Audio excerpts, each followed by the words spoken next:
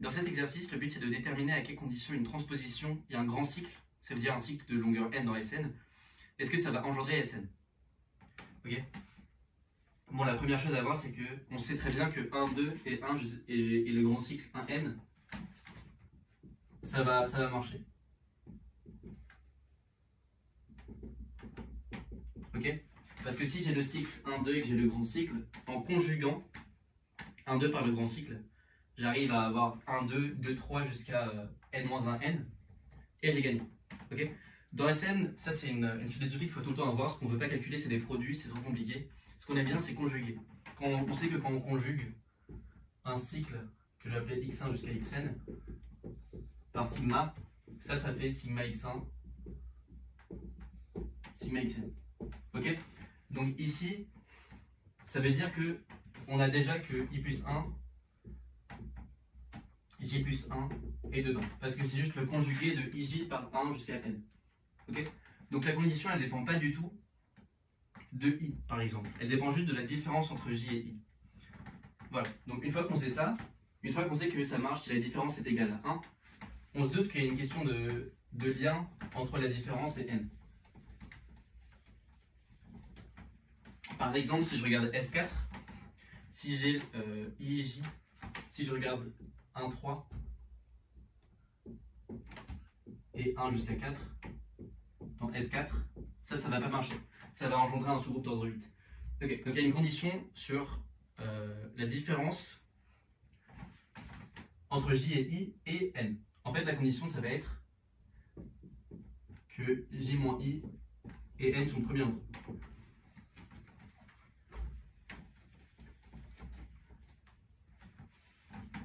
Donc déjà, supposons que IJ est le cycle de taille N engendre Sn. Ce qu'on va faire, c'est que on sait que si on avait 1, 2, ça marcherait. Donc la question, c'est est-ce qu'on peut avoir... Enfin, ça, c'est équivalent à ce que 1, 2 soit dans l'ensemble engendré. Ok. La question, est-ce que ce couple va engendrer Sn, elle peut être réduite à est-ce que ce couple va engendrer la transposition 1, 2. Et ça, c'est beaucoup plus facile, enfin, c'est beaucoup plus visuel. Donc c'est cette question qu'on va se poser. Donc j'écris 1, 2 qui est égal à IJ puissance alpha 1, puis je vais l'appeler C, le grand cycle, C alpha 2, IJ alpha R, moins 1, et C alpha R, okay, avec les alpha I qui sont dans Z. Maintenant, ce que je vais faire, c'est que je vais essayer de ramener toutes mes transpositions d'un côté pour avoir que les cycles de l'autre côté. Évidemment, ça ne va plus être les mêmes transpositions, ça va être les conjugués par C. Okay. Donc, l'idée, c'est que mettons que par exemple, j'ai envie de ramener la transposition IJ alpha 3 ici. Bah, ce que je peux dire, c'est que ça va faire IJ alpha 1, C alpha 2, IJ alpha 3, C alpha 2 moins 1, C moins alpha 2, pardon, IJ.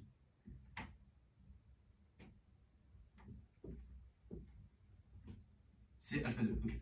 Donc j'ai fait permuter les deux au prix de faire conjuguer le IJ. Ok. Donc ça, c'est évidemment égal à tout ça à la puissance alpha 3.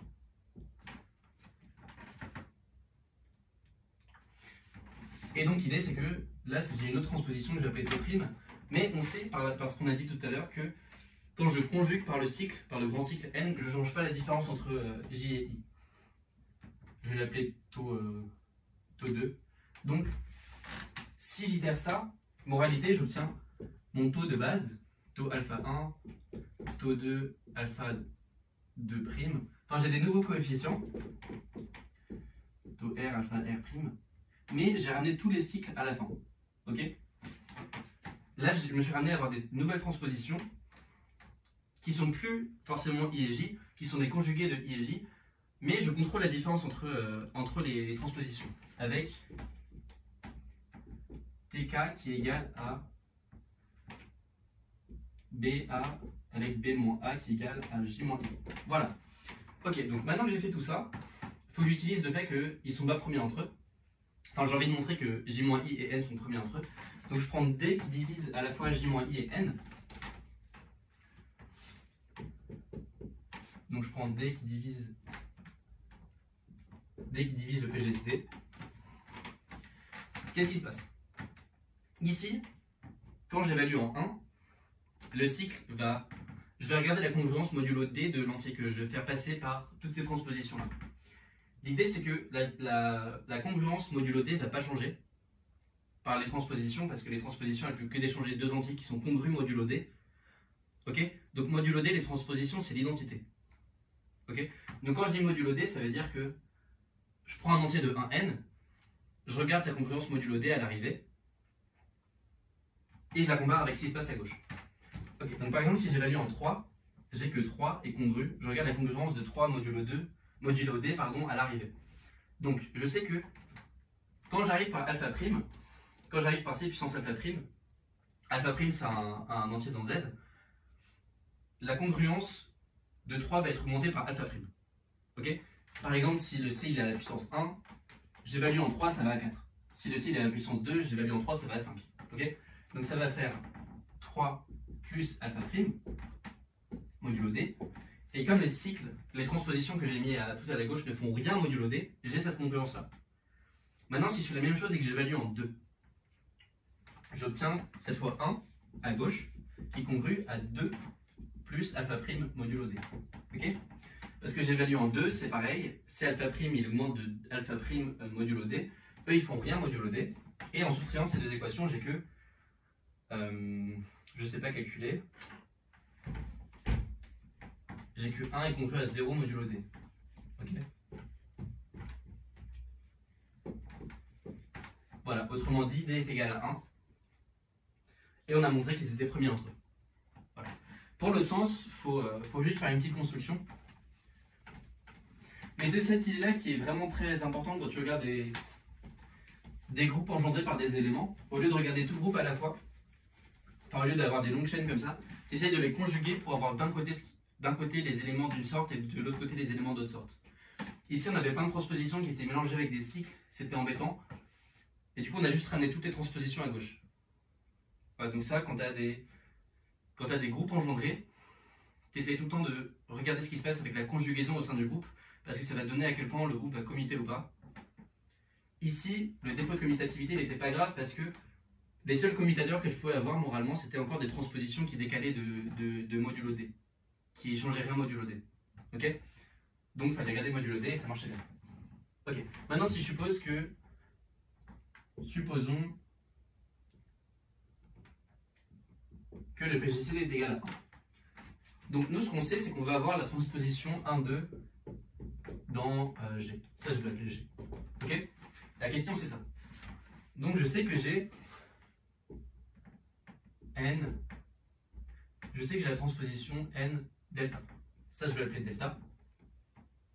Je vais l'appeler D en fait. Ok. Donc je sais que j'ai la transposition N-N-D. Juste en conjuguant de manière à avoir J égale N, là je trouve N-D. Juste parce que ça ne change pas la différence encore une fois. Je sais que si je conjugue ça par le cycle, comme on l'avait fait tout à l'heure, j'ai aussi la conjugaison, j'ai aussi la transposition N-D, N-2D.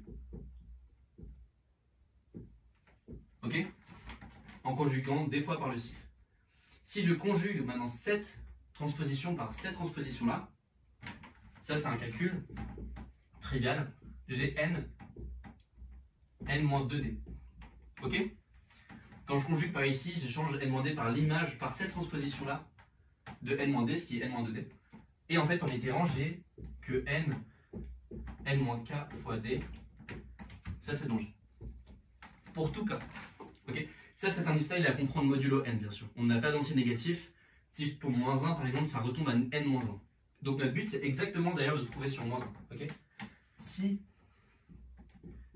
N-KD congru à moins 1 modulo N, on a gagné. Parce que ça veut dire qu'on aura conjugué jusqu'à tomber sur N-N-1. Ah pardon, ça, il faut que ce soit congru à N-1.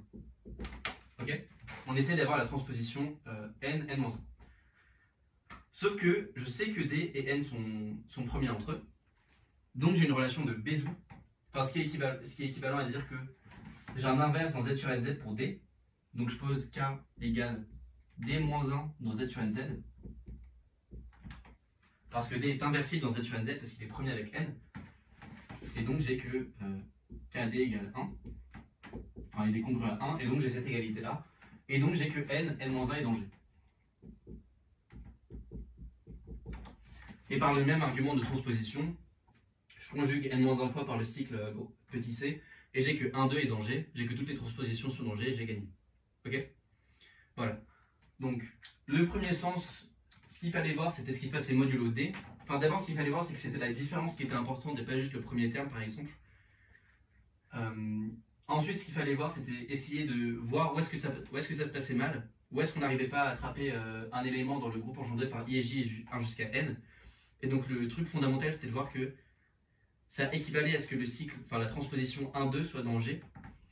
Et donc ça, on l'a écrit, on a essayé d'en tirer des conclusions sur le PGCD de D et N. Pour le sens réciproque, cette astuce-là de regarder N, N-D plutôt que IJ, en fait, elle est assez naturelle, parce que là, on travaille modulo N. Et donc, le N, en gros, il joue le rôle de 0 modulo N. Donc, ça, c'est à peu près 0D. En fait, cet exercice, il est mieux compris si Sn était indicé par 0, N-1. Parce que là, on aura exactement les classes de Z sur NZ. Et donc, ça serait beaucoup plus clair. Donc, la raison pour laquelle on a travaillé sur N, N-D, c'est parce que, moralement, ça, fallait le comprendre comme 0D. Ok? Là, je dis un peu n'importe quoi, mais si on regarde en termes groupistiques cet exercice, c'est évident qu'une fois qu'on a 0D, on va avoir 0,2D, parce que c'est juste la somme. Enfin, ça, c'est les idées derrière. Évidemment, ça ne veut rien dire. Mais donc, c'est ça qui permet d'attraper le n-2D gratuitement. Voilà. Très joli exercice.